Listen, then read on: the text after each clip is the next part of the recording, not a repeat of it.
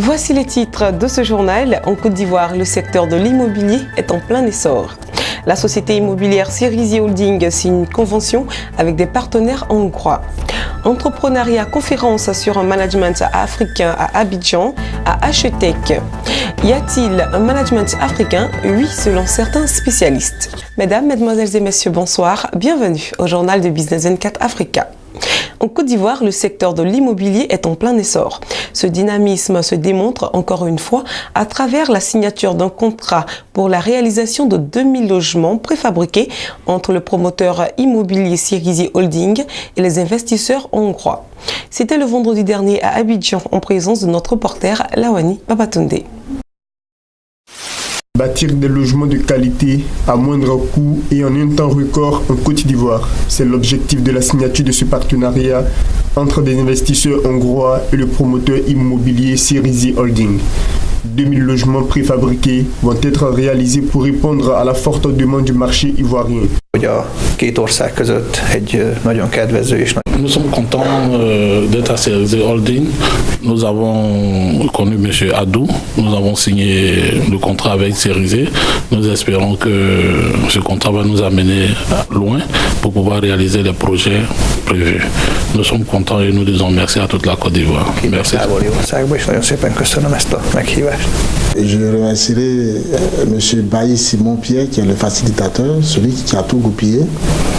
Je remercie ici aussi M. Steven, le représentant ici du groupe, et aussi le groupe Compes, d'avoir accepté de signer ce contrat-là, d'avoir accepté de comprendre Cerisy Holding, de comprendre ses ambitions, ses objectifs, de comprendre aussi l'esprit de grandeur et l'esprit de recherche qu'a cette entreprise.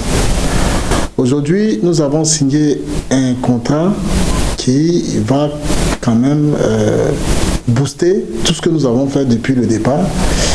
C'est l'aboutissement d'un long travail. Cela va nous amener à faire face aux besoins qu'expriment tous les jours nos clients qui ont besoin d'habiter des maisons bien construites, mais qui correspondent aussi à leurs bourses. Après Abidjan, les deux partenaires se donnent rendez-vous à Budapest pour d'autres partenariats dans le domaine de l'immobilier. Cerisy Holding est spécialiste d'assistance immobilière en investissement, en construction, en gestion et assure l'intermédiation en acquisition. L'Afrique a bel et bien ses particularités dans la gestion des organisations. C'est ce qui ressort de la conférence qui s'est tenue au groupe École d'ingénieurs Achetec d'Abidjan, plateau de Cuy. Le management africain a été présenté, ses spécificités et son efficacité exposées aux étudiants et autres professionnels de l'établissement supérieur d'enseignement. Cette conférence s'est déroulée dans le cadre de la traditionnelle remise des diplômes des étudiants de Achetec Abidjan. Un compte-rendu de Jean-Charles Sibahi et Noël Kaou.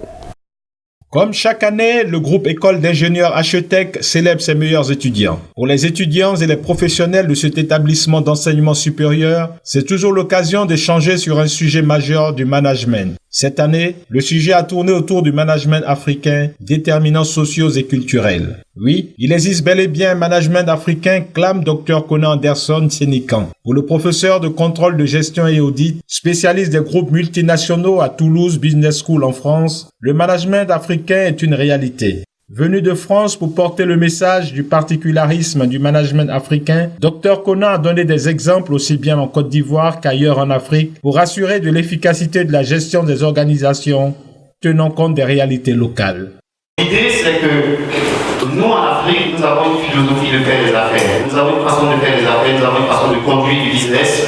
Et donc, si nous voulons comprendre, si nous voulons faire en sorte que le business participe au développement de nos pays, on a plutôt intérêt à ancrer la conception que nous avons du management à travers des ouvrages. Bon, il y a des gens ici qui ont fait du marketing, qui ont lu du code du bois, il y a des gens qui ont lu du Mixbay, il y a des gens qui lisent du Fayol. Bon, en fait, l'idée c'est de dire comment tout ça peut être retranscrit dans le contexte africain. Dans cette question-là, on veut plutôt essayer de comprendre finalement Quels sont les éléments qui sont caractéristiques de notre management? Quels sont les éléments qui sont ancrés dans notre façon de nous diriger ensemble? Alors, quand on dit management, il y a personne qui nous a inventé le management. On faisait du management déjà chez nous en Afrique. Il faut se souvenir, nous sommes personnes de l'humanité quand même. Donc, nous avons eu des royaumes. Je vous invite à aller chez Antadiop. Nous avons eu des empires, il y a eu de la conquête intra-africaine. C'est bien que nous avons une certaine façon de prendre des décisions, nous avons une certaine façon de voir le monde. Sauf que dans la littérature actuelle de management, on ne parle pas beaucoup de l'Afrique en tant que telle. Toutes les organisations sont analysées avec le prisme européen. Or, la logique de vie en société en Europe n'est pas la même logique de vie en société dans les pays africains. Et donc, la question est de regarder comment nous pouvons tenir compte de notre réalité africaine pour parler de la façon dont nous gérons nos problèmes. Donc, un vrai problème du management africain, c'est qu'il est invisible. Voilà. Il est totalement invisible sur la scène internationale. C'est-à-dire que toutes les études que nous faisons, nous, en Europe ou même en Afrique, on n'utilise pas des théories européennes pour analyser nos organisations. Donc l'idée du management africain, c'est d'abord une espèce de militantisme.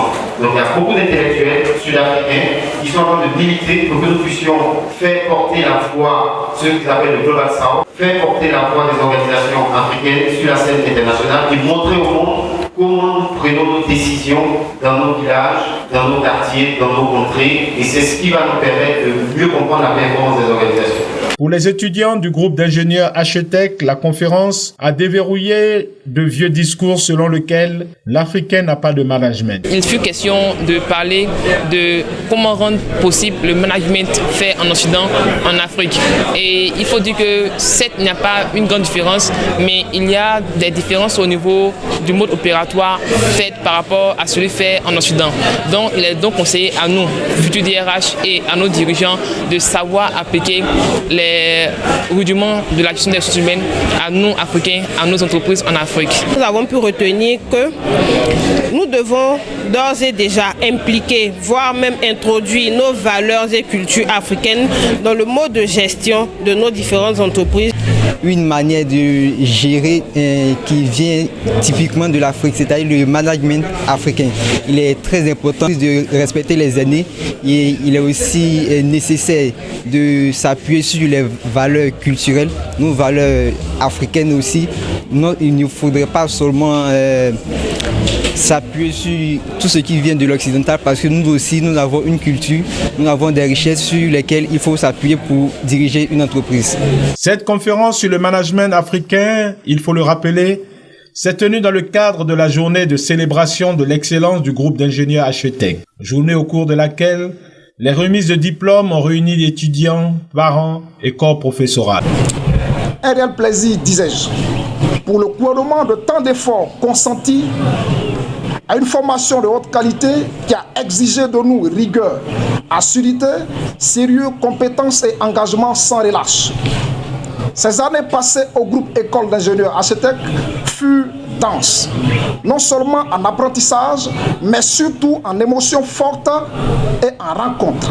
Nous saisissons cette occasion pour exprimer notre profonde gratitude au corps professoral. Créée en 1997, HETEC, École supérieure des hautes études technologiques et commerciales, est une école reconnue et agréée par le ministère de l'Enseignement supérieur, de la Recherche et de l'Innovation technologique. La référence du groupe HETEC dans le domaine de l'enseignement supérieur se caractérise par sa présence dans la sous-région ouest africaine. HETEC Abidjan et Bouaké pour la Côte d'Ivoire, HETEC Bamako, Ouagadougou, Niamey et Conakry. À présent, les informations en bref. Annoncé à 3% au début de l'année, le taux de croissance de la Tunisie attendu en 2015 a été drastiquement réduit depuis. Il vient de subir sa deuxième révision à la baisse en un mois. Le pays a réduit à 0,5% sa prévision de croissance pour cette année contre 1% précédemment. La Tunisie se trouve dans une situation difficile après les deux attentats qui ont visé cette année le secteur du tourisme, l'un à Tunis, l'autre à Sousse.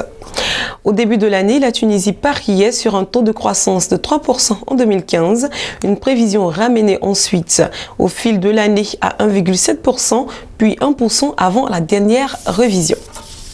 Achevons ces informations en bref avec Ecobank.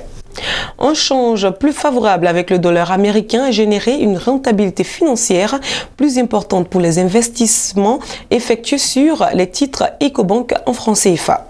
Pour les investisseurs du Nigeria, le résultat net par action rapportera 1,8 naira, ce qui représente une hausse de 39% comparé aux gains de la même période en 2014. Pour les investisseurs de la BRVM, le même indicateur est de 5,43 francs CFA par action, en hausse de 41%. Dans l'ensemble, cependant, le groupe a réalisé une performance positive en dollars. Merci de nous avoir suivis. Les programmes, quant à eux, continuent sur Business 24 Africa.